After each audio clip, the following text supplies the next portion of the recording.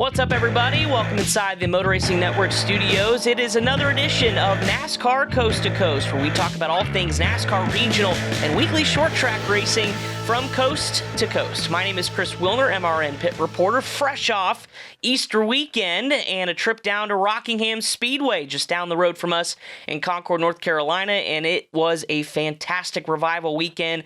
Seeing cars on racetrack after, for what was the Xfinity Series, some 10 years or 12 years removed, and then for ARCA Menard Series, about the same. So, pretty cool stuff down there at Rockingham Speedway for a triple header with the ARCA Menard Series East, Craftsman Trucks, and of course the Xfinity Series with some drama in each of those races when it came to fuel mileage, post-race inspection for the Xfinity Series, and of course lap traffic in the ARCA Menard Series East division was intense. So, good racing weekend for us on the Motor Racing Network, and of course a great short track racing weekend as well. Speaking of Rockingham, congratulations to Brent Cruz. He of course was the dominant winner on Saturday, part of the doubleheader out there. Had to survive some restarts with William Sawalich, but got her done for his fourth platform win and his first career East Series win as well. Hard to believe that was his first East win, but it was. William Sawalich finished in second, the two-time defending East Series champion. And, of course, some heavy hitters had some awkward and rough days as well. We expected Jake Finch, LeVar Scott to be up there as well. Jake Finch running for Venturini and LeVar for Rev Racing. Both had issues early. Also, Austin Green, a one-off performance for him in the Pinnacle Racing Group car, was running top three most of the race, had a battery issue. And Tyler Reif also had a flat tire and some mechanical problems as well, who runs full-time this year for the E-Series Championship. So, kind of had a shake-up in the points, but when it was all said and done, Isaac Kitzmiller, who had a solid sixth-place finish, took over the East points lead because Max Reeves, who won the season opener at Five Flags, was not in attendance, so he takes over the point spot. Of course, he's also in the Pro Late Model Championship chase as well for the Cars Tour, so Isaac Kitzmiller doing a nice job. We'll see the ARCA cars back on action, the ARCA Menard Series, the national platform at Talladega Super Speedway this weekend. Motor Racing Network has your coverage Saturday afternoon for the General Tire 200, and a lot of those drivers at Rockingham will be in attendance again this weekend. We will have a special guest coming up for us in segment number 2. Kyle Rickey will join us. Yes, the former co-host and, well, really has been the mainstay for NASCAR Coast to Coast for over the last decade or so. He's joining us as a guest this week because up at Stafford Speedway, it's the Napa Spring Sizzler, the 53rd running of the great race for the Open Modifieds that kickstarts Stafford's season. A lot of big names, 40 plus on the entry list. We'll talk to him about that and what he thought about ARCA as well, coming up in segment number 2. Now, before we get to Kyle, we also want to mention that because of the awkward scheduling, the NASCAR Wheel Modified Tour did finally get, third time's a charm, their race complete at Thompson for the Icebreaker back on Wednesday of last week. So it wasn't part of the show as we already recorded earlier that day, but do want to congratulate Ron Silk for getting his 27th career tour win at that racetrack. Phil Moran, his crew chief, great strategy call, early tire advantage, got him out front, and then had a duel with Patrick Emmerling, Trevor Catalano there, but pretty much was untouched, besides the fact he got into it with his rival, Justin Bonsignore, coming off pit road. Justin had damage, Ron did not, so Justin had a rebound, still got a top 5, but when it was all said and done, big Ron Silk got it done, and Ron's going to be at Stafford this weekend as well, looking for a Napa Spring Sizzler win this weekend. Patrick Emmerling, points leader after a few races this season. Their next back in action at Monadnock Speedway May 3rd, so about a week and a half or so, we'll get the Ground Pounders back in action up in New England for the Cheshire County Clash 200. It's also the Wheeling Short Track Cup, start of that series as well. Some other winners over the weekend. Brandon Ward, we mentioned last week, Bowman Gray Stadium opening up its doors for racing once again this season with the Hayes Jewelers 200. Last time we had modifieds there, of course, was Clash weekend with the NASCAR Cup Series, but it was Brandon Ward getting the job done, led only one lap, and it was the last one.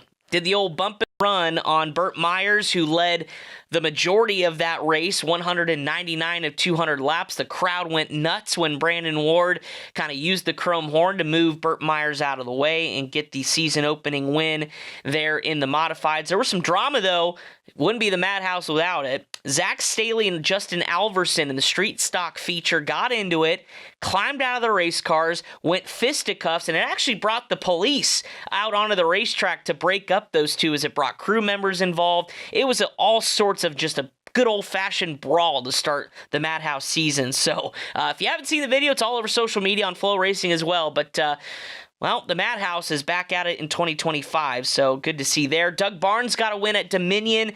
He smashed a watermelon victory lane, because if you remember a couple weeks ago, his late model went careening into a watermelon patch, and so to kind of play a joke on that, got the win at Dominion, and then took a page out of Ross Chastain's book and smashed a watermelon in victory lane. And congratulations to Derek Griffith.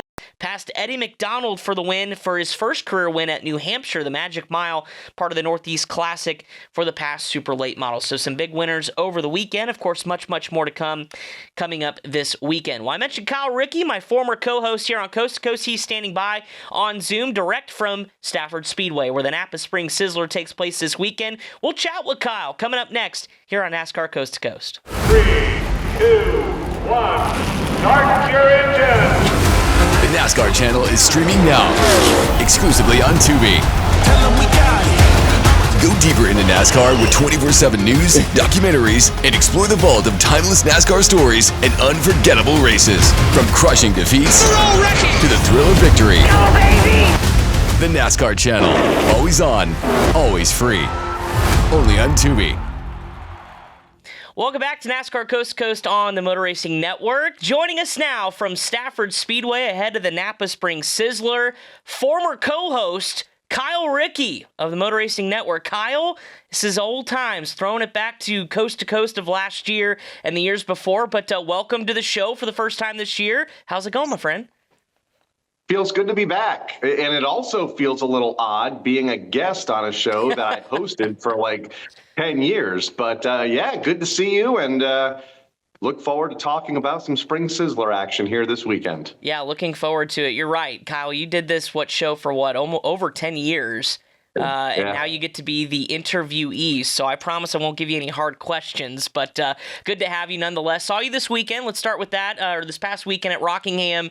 Of course, Cup Series was off, but we had a triple header with the ARCA Menard Series East Division, the Craftsman Trucks, and of course the NASCAR Xfinity Series. You were on the call with Alex Hayden for the Motor Racing Network in the booth. Get your thoughts on the ARCA East Series. Obviously, this one we had some names that normally don't run with the East Series full-time. Brent Cruz, who went on to win the race. William Sawalich, of course, the defending and two-time champion. But what'd you think of the way the East cars raced at Rockingham? Obviously super fast with the repave, but I was impressed that those drivers moved around a little bit more than maybe I thought they did.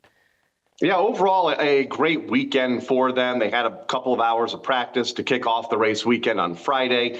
Great field of cars. I think it was the largest East field since before the pandemic, I think. So it's been a number of years that they got nearly 30 race cars. And I know we lost a couple in practice, a couple of incidents that didn't allow those teams to start the race on Saturday. But overall, a great race. A lot of young drivers coming up through. You mentioned Brent Cruz, all but dominated the event. Laney Bice, I think, opened a lot of eyes in her first ever ARCA Series start, ran in the top 5 for much of the day before a penalty. William Sawalich always runs well whenever he's in these events, and was among the top 3 all day long. So overall, good event. I was hoping Timmy Hill would do a little bit better as the veteran. I know he was involved in an incident up in turn 2. He's running the full East schedule this season and planning to run for the championship, so we'll see how he can bounce back in a couple of weeks in Nashville. But great crowd. They saw a great show to start the day. What was a sold-out crowd on Saturday afternoon, and I think the ARCA Menard Series East delivered. And there were a couple rookies. You mentioned Laney Bice making her series start. Had a top 5 going, had a pit penalty there at the halfway break, set her back, but she rebounded for an 8th place finish. But how about Eloy Falcon? NASCAR Mexico Series regular, has several wins in that series, whether it's the NASCAR Mexico Truck Series or the Challenge Series, I think they call, and even the NASCAR Mexico Series, actually currently second in the points at this time of the year, but comes to Rockingham, a place he's never been, in a car he's never driven, fastest racetrack he told me he's ever been on, and he goes out and gets a podium finish there in the 3rd spot. So obviously the future is bright, but what surprised you maybe about quick assertion there in the ARCA E Series?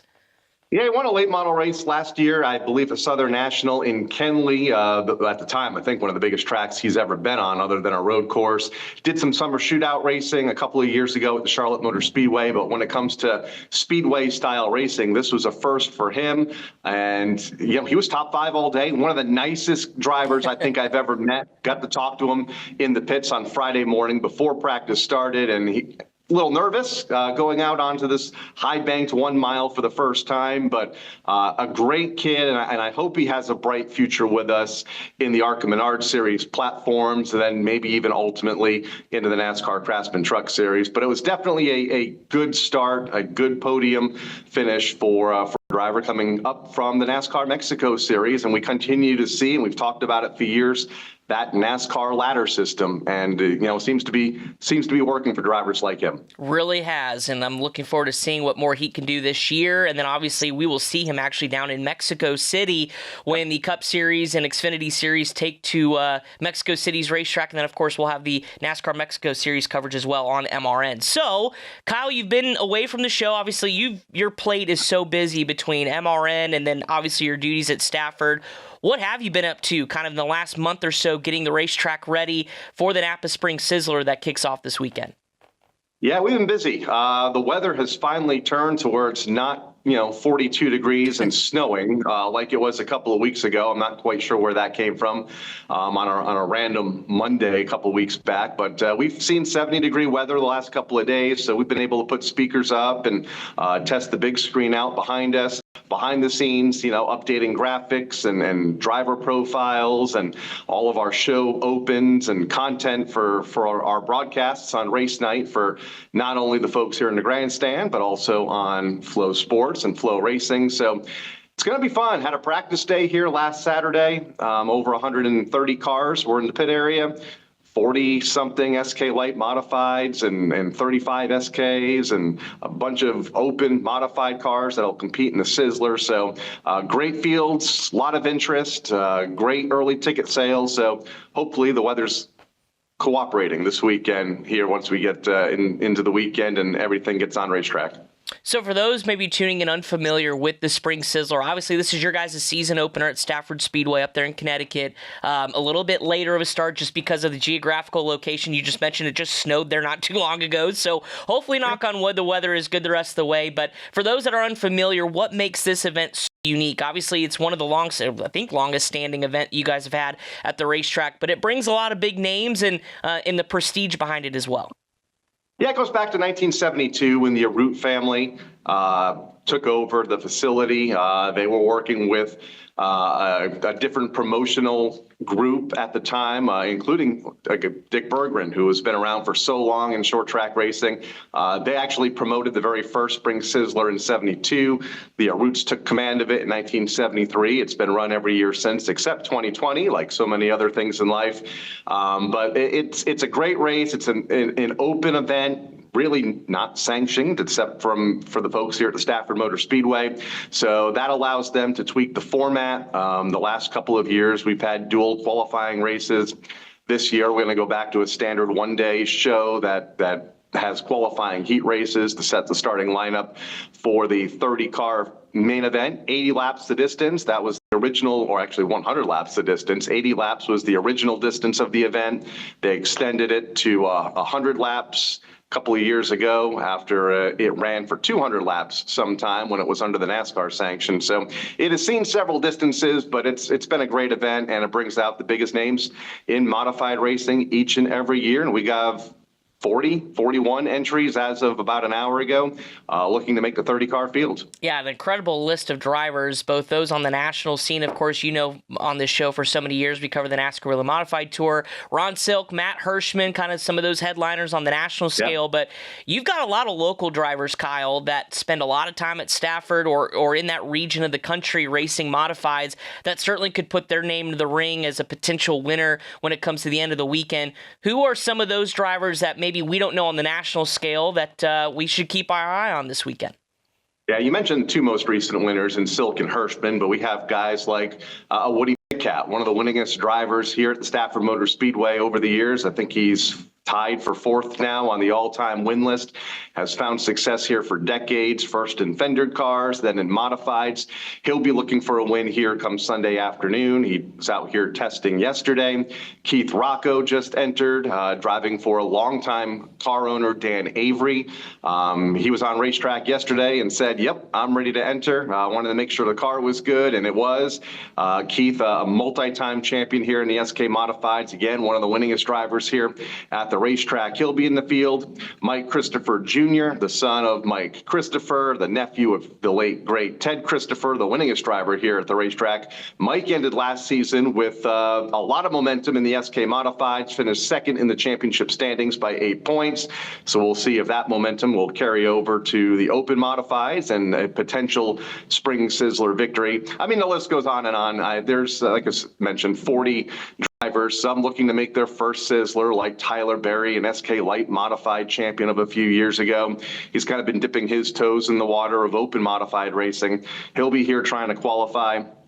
So it's going to be a great show. The pits are going to be packed. I think that's the biggest concern with the Arut family is where are we going to park everybody, which is a good problem to have. But a lot of entries in all of the divisions that are going to compete here this weekend. So it's going to be tight. I was about to say, you mentioned SK Lights, SK Modifieds as well. You've got a full bill. It's not just the tour type mods there for the Spring Sizzler, but this is the season opener too. So what else is on the docket for race fans maybe tuning in on Flow or being out there at the racetrack? Yeah, you mentioned the SK Modifieds. They'll compete in their season opener, 40 laps on Sunday. The SK Light Modifieds will have a special event on 30-lapper on Sunday. We have 67 of those cars entered for the season. I don't think all of them will show up at on any given race day, but you never know. We're expecting about 50 here this weekend. They'll have twin feature events on Saturday that'll set the starting lineup for Sunday, just to allow everybody to have an opportunity to get some track time, get some points, get some purse money. So that'll add a lot of action to the Sunday or the Saturday program. Late models are here, limited late models, street stocks. There's over 30 in each of those divisions entered as well. So going to be busy. All 5 of our weekly divisions will be here, plus the open modifieds. And then you take the SK Lights and you times them by 2. So the full weekend schedule, StaffordSpeedway.com. A lot happening. It's going to be an action-packed weekend, no doubt. For those tuned in from the region, are there tickets still available? I know this is a hot commodity this time of year. A lot of people make this an annual tradition to come out to Stafford for the Spring Sizzler. So are there any tickets left for people to purchase? There's not many. I think the reserve seating has all but sold out. That includes the chairback seats behind the start-finish line. There's a full section of those, and plus all the top row along the main grandstands. Those are, for the most part, gone. There are some general admission tickets left, and there should be. We'll see on Sunday morning. Depends on the weather, of course, and what happens on Saturday. So could be a full day on Sunday, depending on what happens on Saturday, because, Mother Nature can never play nice at the start of the season. But stay tuned. But yeah, there are tickets available. Yeah, she always finds a way to put a wrinkle in Stafford's plans. I know for years, you and I on this show, it's always the build up and then, we got to adjust some schedules or postpone a day or two, and it just makes things so funky. So hopefully things go according to plan. And that double hook bar is stocked back up, right, Kyle? Just making sure. I was in there yesterday. It is full. Jen was in there doing a great job getting everything set up and ready to go. So yes, the double hooked is there. They have a slushy machine that they purchased the other day. So they were trying that out. So that'll, I'm sure, come in handy when it's 90 degrees here in some of these Friday and Saturday shows in June and July. I was going to say, were you the taste tester? How do you sign up for that? Okay, attaboy. I was. There you go. Good stuff. That was good. Good. I'm glad. I'll have to check that out again. We're planning on making a trip up there later this year when we come up for Lime Rock for the trucks. So hopefully that'll be in working order for sure. Before we let you go, obviously you're still staying tuned with all things NASCAR with the Motor Racing Network. Of course, you're with us in Rockingham. You've got got a few more coming up this year, but of course, a lot of ARCA races. What do you think so far of just 2025 racing in general in the NASCAR series as well as ARCA? I mean, already a third of the way through the truck season, a quarter of the way through the Cup season, then we just came off their first and only off weekend. We're kind of ripping and rolling, Kyle. It's hard to believe we're staring down the barrel of May already here this year. A lot of unknowns, a lot of great storylines in all three of NASCAR's national series. We saw the Jesse Love, Sammy Smith thing develop last weekend at the Rockingham Speedway. I know that appeal for Jesse's going on as we speak, so that'll be interesting to see the outcome of that. Good to see Tyler Ankrum back in victory lane in the NASCAR Craftsman Truck Series, first time since, 2019? It had been a while for Tyler, so was really good to see him back. And I think the ARCA Menard Series at all platforms, the West Series, the East Series, and the National Series, looks really healthy right now. I think the schedules have been adjusted in recent years to fit the budgets of those teams and allowing them to compete on a full-time basis. The problem is it's not always with the same driver. So it'd be nice to see a little more consistency with drivers running for championships. But I get it, age restrictions and all that come into play. 40 cars, I think, is what I saw at Talladega this weekend. So should be a fun race there on Saturday afternoon as the ARCA season really gets rolling. They kind of had a slow start with Daytona, a couple weeks off, and then Phoenix, a month off. But they're really going to get rolling now with Talladega and Kansas back-to-back. And it would be fun to see who contends for the championship. And, there's no doubt we'll see those drivers that contend this year probably in the trucks or Xfinity in years to come. Absolutely. And I know as somebody who's covered ARCA at Talladega, that's another unknown, right? If you can stay in the draft and keep your nose clean, you probably have a shot at a top 10. I don't know if you had it on your bingo card at the start of the year. I didn't. That Brendan Butterbean Queen would be a points leader in the ARCA Menard series in his first shot out. But what's impressed you with him? And then obviously we've got some names. Patrick Staropoli doing a nice job for Venturini Motorsports. And then you've got this guy Cletus McFarland who's going to go racing at Talladega too. He got some pointers from Dale Jr. last week. Yeah, Patrick Staropoli, we'll start with him. I met him years ago. A great guy, an eye surgeon. He won the 2013 Peak Stock Car Challenge, and I got to do some work with him back then when I was down in Charlotte full-time. Great guy, left the sport for almost, I feel like, a decade, kind of reemerged late last year, earlier this year, and it's good to see him running well. I know he wants to run better. Talked to him at Rockingham, was a little frustrated, but I'm sure he'll figure it back out. A lot has evolved in the last decade. Cletus McFarland. Spent some time with Dale Jr. last week at the Talladega Superspeedway, just learning about the history of the racetrack and maybe getting some tips on how to get around the place on Saturday afternoon from somebody that has done it well over the years or did it well over the years in Dale Jr. So one of the great characters of short track racing or motorsports entertainment. I know he sold this place out for 2 consecutive days last year, and he's coming back this year. So it'll be interesting to see what Cletus can do. I know they'll have his in-car camera live on NASCAR.com this weekend. So he'll be fun to watch. And Brendan Queen, so impressive on the short tracks for so many years, and to see him go to the biggest stage of the sport in February and pick up a win, really put his name on the map. Look for him to do big things down the road. What I didn't have on my bingo card last year was a caution-free ARCA race at Talladega. Yeah. I think there was one yellow and it was planned, so it was like a halfway break. Yep. But other than that, there were no cautions for cause last year at Talladega Superspeedway for the ARCA Menard Series. I kind of hope they do that again. I know, tearing cars up can get costly for those teams. So it was nice to see them have a nice clean run of the checkered last spring. Yeah, and definitely that'd be nice considering how many we've already had between Daytona and Phoenix. So if we can maybe go caution-free, kind of equal out kind of where we're at through 3 races, that would be awesome. But of course, all those drivers you mentioned, going to have to go through a William Sawalich as well, Jake Finch, a defending winner. So it's going to be fun to watch coming up on Saturday. Of course, Motor Racing Network has the call for that. Well, Kyle, we'll let you get back to work. Looking forward to tuning into Stafford and all things Spring Sizzler this weekend. Have fun and good luck, and we'll talk to you, I'm sure, a little bit later on this season. Appreciate it. Thanks for having me on. It's a good time. You're welcome back anytime. Kind of weird to be on this side of the interview, but fun nevertheless, and look forward to rejoining you down the road. Absolutely. Kyle Rickey, the voice of Stafford Speedway, as well as our colleague here at the Motor Racing Network, and of course, all things Napa Spring Sizzler coming up this weekend. 40-plus entries of modifieds. We'll see who takes home the big check at the end of the weekend. Coming up here on NASCAR Coast to Coast, we have got the schedule and some major news in the ARCA Series. We'll talk about that coming up next here on Coast to Coast. 3, 2, 1, start your engine! The NASCAR channel is streaming now, exclusively on Tubi. Go deeper into NASCAR with 24/7 news, documentaries, and explore the vault of timeless NASCAR stories and unforgettable races. From crushing defeats to the thrill of victory. The NASCAR channel, always on, always free. Only on Tubi. Welcome back to NASCAR Coast to Coast here on the Motor Racing Network. Appreciate Kyle Rickey joining us once again. Good to see Kyle, and boy, he's going to be busy, him and the Stafford team this weekend.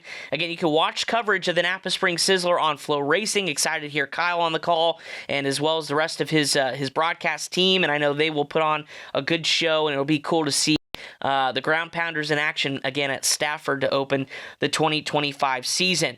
Coming up on the motorsports calendar, before we get to that, actually, some big news over the weekend, and it happened actually right before the ARCA Menard Series East took the racetrack at Rockingham Speedway. Venturini Motorsports has been a stalwart in terms of their championship pedigree, race wins in the ARCA platforms for decades and decades. I think Big Bill has fielded a car for the last 50 years at some point, which has been incredible. Now that team's been handed down to Billy running that organization. Of course, they've won championships with drivers like Jesse Love. They decided to sell the team, and that news became official last weekend. Nitro Motorsports, who they partnered with this year in the Toyota platform with that combination event, or the combination support with Toyota, but now the sale is becoming official beginning October 15th this year. So after the season is over, Nitro Motorsports will buy out and will take over all the assets for Venturini Motorsports moving forward. Billy talked about in the press conference it was time for him to do something else. He's been a part of this sport, much like his father, his entire life, and they felt like they were in a good position with Nick Tucker at Nitro Motorsports and the partnership with Toyota that Nitro has to continue on the legacy of driver development and basically handing over the reins to Nitro Motorsports. So October 15th, that sale becomes officially official, and Nick Tucker, Nitro Motorsports, will take over the shop in Concord, North Carolina, and all the assets. Billy Venturini will stay on as a general manager through the transition and be a part of that racing team for 2026. But then after that, it's all Nitro Motorsports. And what a story for Nick Tucker and Nitro Motorsports. Began as a karting outfit for up-and-comer drivers, and they've graduated up to the GR Toyota when they got that partnership for the Super Series, and then obviously also do a ton of Trans Am racing. Brent Cruz has been a part of that as well, the ARCA Menard Series winner this past weekend, and a lot of NASCAR drivers getting TA2 Trans Am experience with Nitro Motorsports and that Toyota relationship. And now they're going to continue that, basically the premier driver development program, while adding the ARCA Menard Series as well to their list of race organizations. So congratulations to Venturini Motorsports on a well done career. Thanks for all that they've done for this series. We've had a lot of their drivers on. We've had Billy Venturini on the show, and I know that they're going to make this last season special before handing the reins over to Nitro Motorsports. So good stuff there. On the calendar this weekend, as you make your plans to maybe hit a short track or tune in to the many streaming services that offer short track racing, the Cars Tour is back in action for their second straight season. They'll head out to Rougemont and Orange County Speedway, both the late model stocks and the pro late models back in action as well, coming up this Saturday. 32 cars though for 28 spots for the late model stock. So there will be some teams going home. Good to see a healthy entry list once again for the late model stocks, including 2008 Daytona 500 champion Ryan Newman is making his Cars Tour debut for, looks like Matt Piercy racing the number 7 this weekend, so he'll have to qualify in, but Ryan Newman certainly will be a force if that car is up to speed and ready to go to contend for a win. Good to see Rocket Man in the field. Connor Hall, your championship leader with 2 wins on the season, has a 21-point lead on Minnie Tyrell. He's just 4 points up on Cade Brown in the 3rd spot, so good tight championship battle battle going into Rougemont this weekend. It's a fast 3/8 of a mile. Brent Cruz won this race last year. I don't expect him to be in the field. You never know, though, as we'll see what happens again this weekend. And they only got one more race after this one before the national TV debut. That's Ace Speedway coming up at the beginning of May before we go to North Wilkesboro, and the Cars Tour is headlined on national television on Fox. For the Pro Late models, coming off their first win of the year, Tristan McKee leads that championship going into Rougemont, 18 points over Isaac Kitzmiller, who I just mentioned now leads the ARCA East Series championship. Dylan Gardner, Ben Mayer up there as well. Luke Baldwin and Caden Honeycutt added to the entry list. So we have a couple familiar names in different series, as well as Caden Honeycutt, who's the defending champion, is back in the field. Jade Avedissian is as well. Again, you can catch the coverage of the ZMAX Cars Tour coming up Saturday, beginning at 5 p.m. Also, we mentioned with Kyle a little bit, Motor Racing Network will be on the call in Talladega for the General Tire 200 for the ARCA Menard Series. Jake Finch won the last time we were there at Talladega, virtually caution-free, with the exception of that halfway break. Of course, we've got plenty of names in the field. Cletus McFarland, YouTube sensation, is going to get another crack at it as well. We saw him at Daytona make his ARCA debut. Of course, William Sawalich will be back behind the wheel of a Joe Gibbs Racing Toyota, so he'll be one to beat. And the cast and characters, some one-off names as well. So Talladega, I think they've got close to 30 cars entered, which is awesome to see. And of course, that coverage will be on the Motor Racing Network Saturday afternoon at 12:30 p.m. Eastern Time. Some other events coming up, as we mentioned with Kyle, the Stafford Spring Sizzler on Saturday and Sunday on Flow Racing, ACT and the past late models at Oxford Plains. Of course, the road to the Oxford 250 continuing to ramp up this weekend. And then pro late model action at Mobile and Five Flag Speedway, some of the big more regional and national series headlining this weekend. And of course, weekly action. A lot of racetracks are open, including South Boston, Langley. We've got Twin 25s at Bowman Gray Stadium, I should say. And then also Cars Tour West is in action as well at the Las Vegas Bull Ring. And a lot of racing to come as well as we get set to wrap up April and head into May. Your Motor Racing Network calendar for air times this weekend looks as follows. Practice and qualifying for the Cup Series at Talladega begins at 10:30 a.m. So have some coffee and race cars with us on MRN on Saturday morning. Again, 10:30 a.m. the airtime on MRN.com. And then, of course, following that, the ARCA Menard Series General Tire 200 at 12:30 p.m. Eastern Time. Then the triple header concludes with the NASCAR Xfinity Series, the Ag Pro 300. Airtime for that 3:30 p.m. Eastern on your Saturday. And it all leads into Sunday. The Jack Links 500 Motor Racing Network gets you covered with the NASCAR Live Race Day beginning at 2 p.m. Eastern to lead you into the green flag at Talladega. So our third super speedway trip of the year and our first at Talladega, first of two coming up this weekend. So looking forward to it. Hope you enjoy the rest of your week and weekend wherever you may be and tune into some short track racing. And of course, we will break it all down next week. For our producer, Pat Jaggers, our guest this week, Kyle Rickey, my name is Chris Wilner. This has been NASCAR Coast to Coast on the Motor Racing Network. We'll see you next week.